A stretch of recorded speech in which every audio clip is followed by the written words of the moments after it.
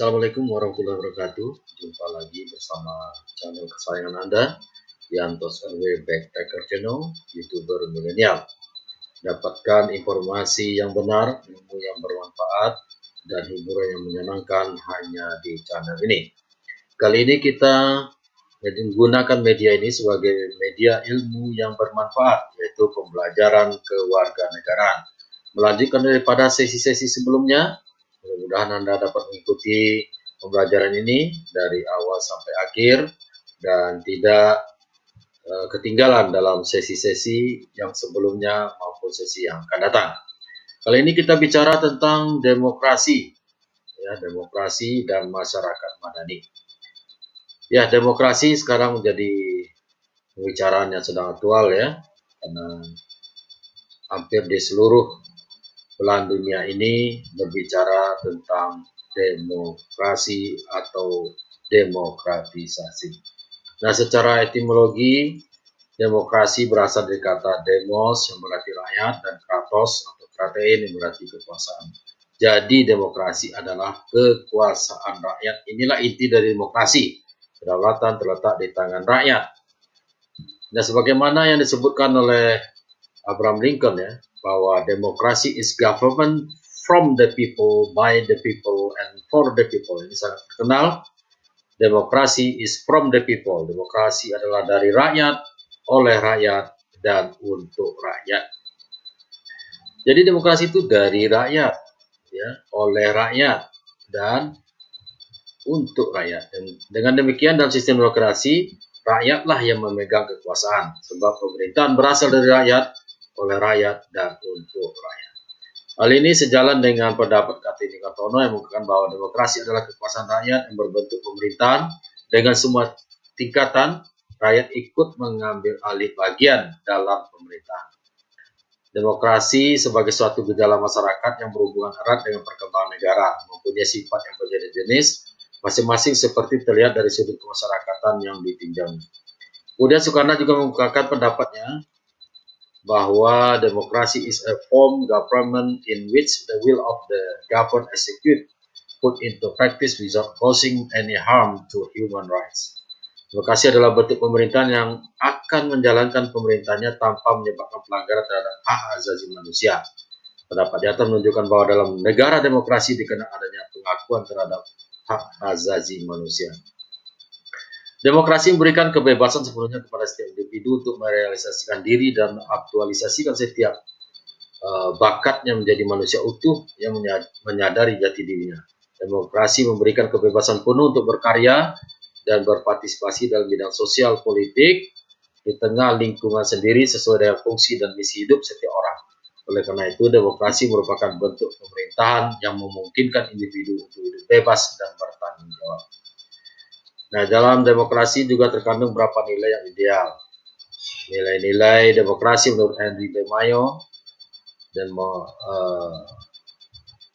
yang dikutip oleh Miriam Budiarjo, nilai-nilai yang secara logika mengikuti atau timbul dari tindak tanduk sesungguhnya dari suatu sistem demokrasi. Sedangkan sistem demokrasi yang dimaksud di sini adalah sistem politik yang demokratis, di mana kebijakan umum ditentukan atas dasar mayoritas oleh setiap wakil-wakil yang diawasi secara efektif oleh rakyat dalam pemilihan-pemilihan berkala, dan didasarkan atas prinsip kesamaan politik dan diselenggarakan dalam keadaan terjaminnya kebebasan politik. Nah, ini memperlihatkan bahwa azas-azas demokrasi sebagai suatu sistem politik. Di samping itu, demokrasi tidak hanya merupakan suatu sistem pemerintah saja, tapi juga suatu gaya hidup serta tata masyarakat yang karena itu juga mengandung unsur-unsur moral. Ya, beberapa definisi lain menurut para ahli demokrasi itu apa? Seperti Joseph S. Mather, demokrasi merupakan suatu perencanaan institusional untuk mencapai keputusan politik di mana individu-individu memperoleh kekuasaan untuk memutuskan cara perjuangan kompetitif atas suara rakyat.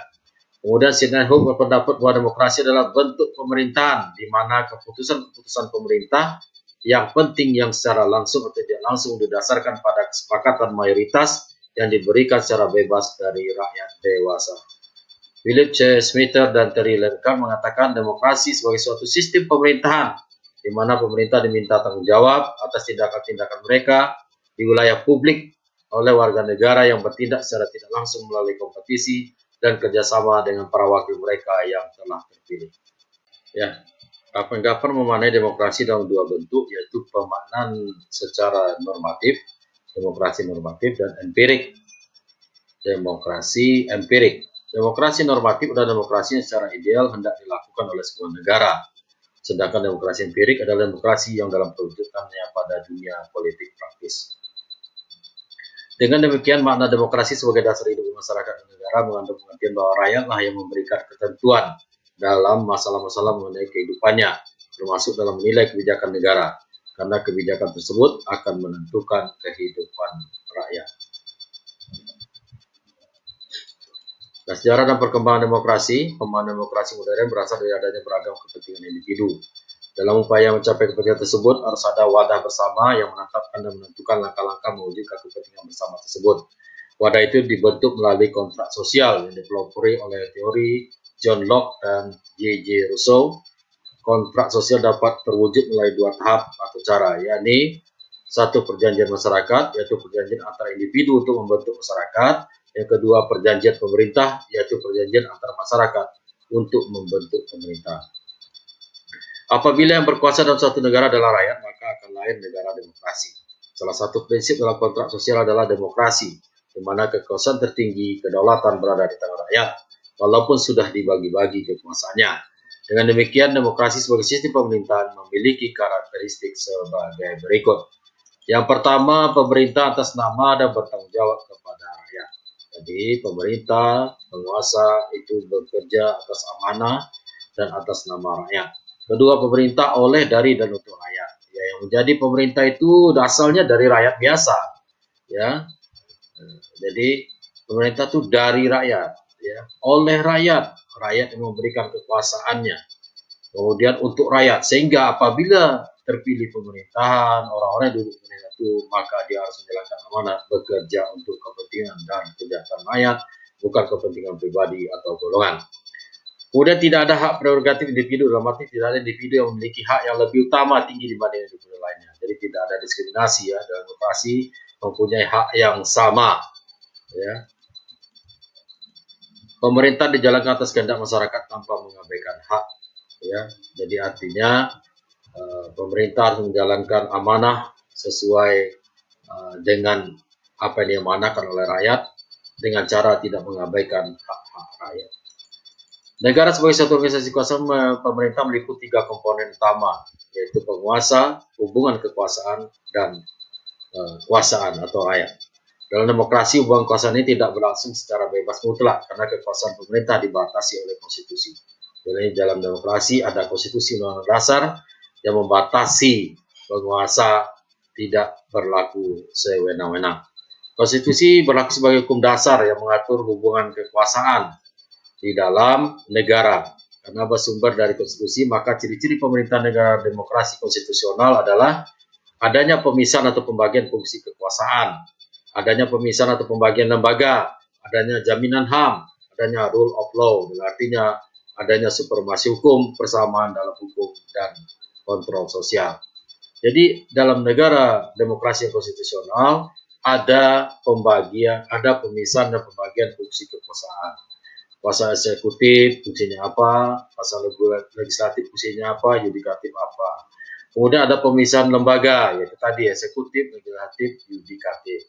Kemudian ada jaminan HAM yang menjamin hak asasi manusia, menjamin hak-hak rakyatnya, ada di dalam demokrasi konstitusional. Kemudian adalah supremasi hukum. Ini yang paling utama, adanya persamaan dalam hukum dan kontrol sosial. Nilai-nilai demokrasi dasar beberapa nilai ya, values Harry Bemayo. Itu yang catatan bahwa pencarian tidak berarti setiap masyarakat demokratis menganut semua nilai, namun bergantung pada perkembangan sejarah serta budaya politik masing-masing. Nilai-nilai tersebut secara universal, secara umum dalam negara demokrasi ada nilai-nilai. Satu, menyelesaikan perselisihan dengan cara damai dan cara melembaga. Kemudian melenggarakan pergantian pemimpin penguasa secara teratur. Membatasi pemakaian kekerasan sampai minimum, mengakui dan menganggap wajar adanya keanekaragaman, menjamin tegaknya keadilan, dan menjamin adanya kebebasan-kebebasan dalam sistem demokrasi.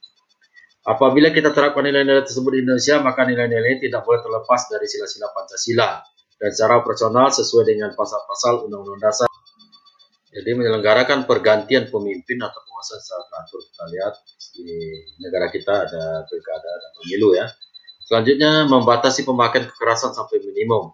Jadi tidak ada cara-cara kekerasan yang digunakan walaupun negara memiliki hak ya untuk menegakkan aturan dan hukum. Selanjutnya mengakui dan menganggap wajar adanya keanekaragaman diversity. Ya, artinya kalau kita ada Bhinneka Tunggal Ika, kemudian menjamin tegaknya keadilan, menjamin adanya kebebasan dalam sistem demokrasi. Nah, jadi kalau kita terapkan di dalam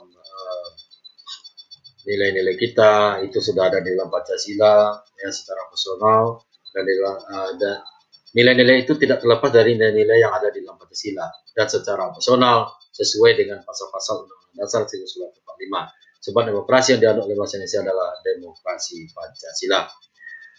Ya, dalam masyarakat terdapat perbedaan pendapat serta kepentingan terkadang menimbulkan perselisihan. Perselisihan ini diselesaikan melalui perundingan serta dialog terbuka dalam usaha untuk mencapai kompromi, konsensus atau mufakat. Hal ini sesuai dengan sila keempat dan tercermin dalam pada pasal 1, 2, 3, 4, 15, dan 17 Undang-Undang Dasar 1945. Pergantian pemimpin atau penguasa di Indonesia melalui pemilu atau pilkada sudah pula mencerminkan sikap yang demokratis. Sebab pergantian atas dasar keturunan atau pengangkatan diri sendiri dianggap tidak wajar dalam suatu sistem demokrasi. Hal ini sesuai dengan sila ketiga dan keempat Pancasila.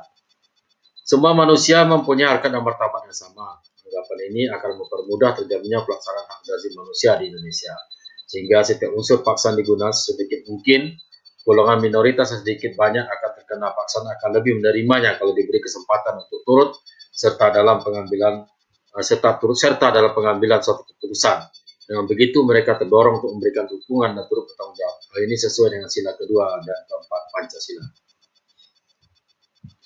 Mengakui dan menganggap wajar adanya keanekaragaman dalam masyarakat yang terlihat pada keanekaragaman pendapat, kepentingan, dan tingkah laku merupakan ciri masyarakat demokratis.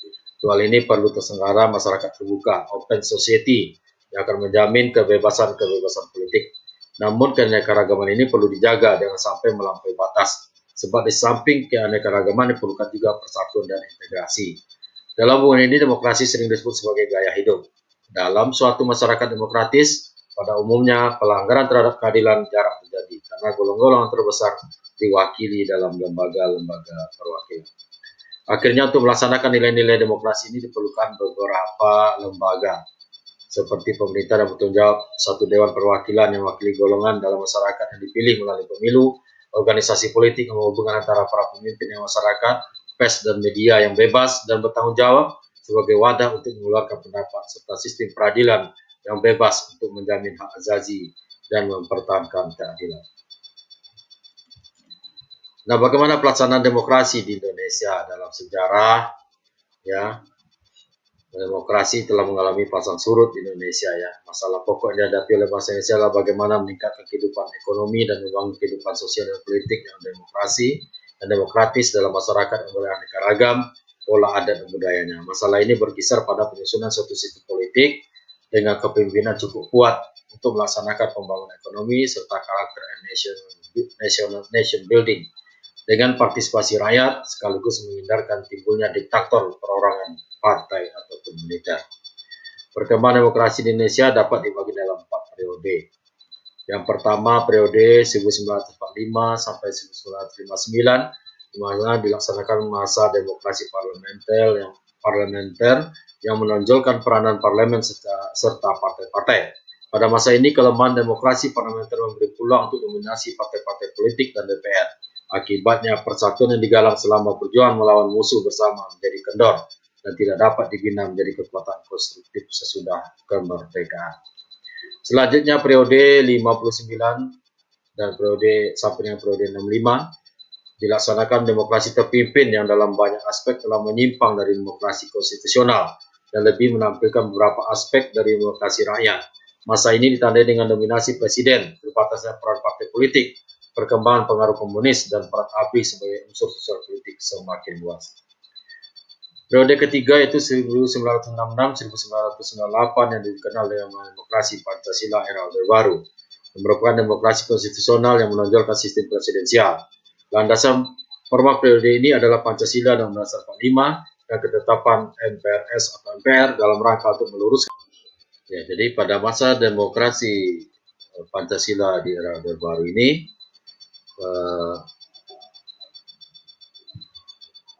landasan formal periode ini adalah Pancasila Undang-Undang 45 dan Undang-Undang 45 dan ketetapan MPRS dalam rangka untuk meluruskan kembali penyelewengan terhadap Undang-Undang 45 dan yang terjadi pada masa demokrasi terpimpin. Namun, dalam perkembangannya, peran presiden semakin dominan terhadap lembaga negara lain. Selanjutnya periode 1999 sampai sekarang, yaitu masa demokrasi Pancasila era reformasi, dengan berakar pada kekuatan multipartai yang berusaha mengembalikan perimbangan kekuatan antara lembaga negara, antara eksekutif, legislatif, dan yudikatif. Nah, pada masa ini peran partai politik kembali menonjol sehingga iklim demokrasi memperoleh napas yang baru. Perkembangan berikutnya masih tentu akan selalu mengalami perubahan sesuai dinamika yang terjadi dalam masyarakat Indonesia dan negara Indonesia. Selanjutnya, bagaimana karakteristik masyarakat madani ya. Ini masyarakat yang diidam-idamkan terbentuk di beberapa negara termasuk kita ya, inginkan terciptanya masyarakat yang madani. Seperti apa karakteristik masyarakat yang madani ini? Yaitu adanya ruang publik yang bebas. Artinya masyarakat memiliki akses penuh terhadap setiap kegiatan publik dan berhak melakukan kegiatan secara merdeka dalam menyampaikan pendapat, berserikat, berkumpul, serta bebas mempublikasikan dan menginformasikan kepada publik. Jadi, syarat masyarakat madani ini karakteristiknya ya sama dengan masyarakat menciptakan masyarakat demokratis, yaitu adanya tersedia ruang publik yang bebas sehingga masyarakat mudah mengakses setiap kegiatan publik dan kebijakan pemerintah. Masyarakat juga dapat dengan bebas ya mendapatkan akses, menyampaikan pendapat, berserikat, ya, berkumpul, dan mempublikasikan, menginformasikan kepada publik. Selanjutnya, ciri dari masyarakat madani itu adalah adanya demokratisasi, yaitu menerapkan prinsip-prinsip demokrasi berdasarkan kesadaran, kesetaraan, dan kemandirian masyarakat, baik itu melalui LSM, pers yang bebas, formasi hukum, perguruan tinggi, dan partai politik, sehingga mewujudkan masyarakat yang demokratis. Kemudian adanya karakteristik toleransi, yaitu kesediaan individu untuk menerima pandangan-pandangan politik dan sikap sosial yang berbeda dalam masyarakat. Sikap saling menghargai dan menghormati pendapat serta aktivitas yang dilakukan oleh orang atau kelompok lain. Kemudian pluralisme, yaitu sikap mengakui dan menerima kenyataan masyarakat yang majemuk, disertai dengan sikap tulus bahwa kemajemukan sebagai nilai positif dan merupakan rahmat dari Tuhan Yang Maha Kuasa. Selanjutnya adanya nilai keadilan sosial, yaitu keseimbangan dan pembagian yang proporsional antara hak dan kewajiban serta tanggung jawab individu terhadap lingkungannya. Selanjutnya adalah partisipasi sosial, partisipasi masyarakat yang benar-benar bersih dari rekayasa, intimidasi ataupun intervensi penguasa atau pihak lain, sehingga masyarakat memiliki kedewasaan dan kemandirian politik yang bertanggung jawab. Selanjutnya adanya supremasi hukum, yaitu upaya menciptakan keadilan yang harus diposisikan secara netral, sehingga setiap orang memiliki kedudukan dan perlakuan yang sama di depan hukum. Nah, faktor penghambat terwujudnya masyarakat madani ini yaitu kualitas SDM yang belum memadai, pendidikan politik masyarakat yang masih rendah, kondisi ekonomi nasional yang masih belum stabil, dan kondisi sosial politik yang mungkin belum pulih.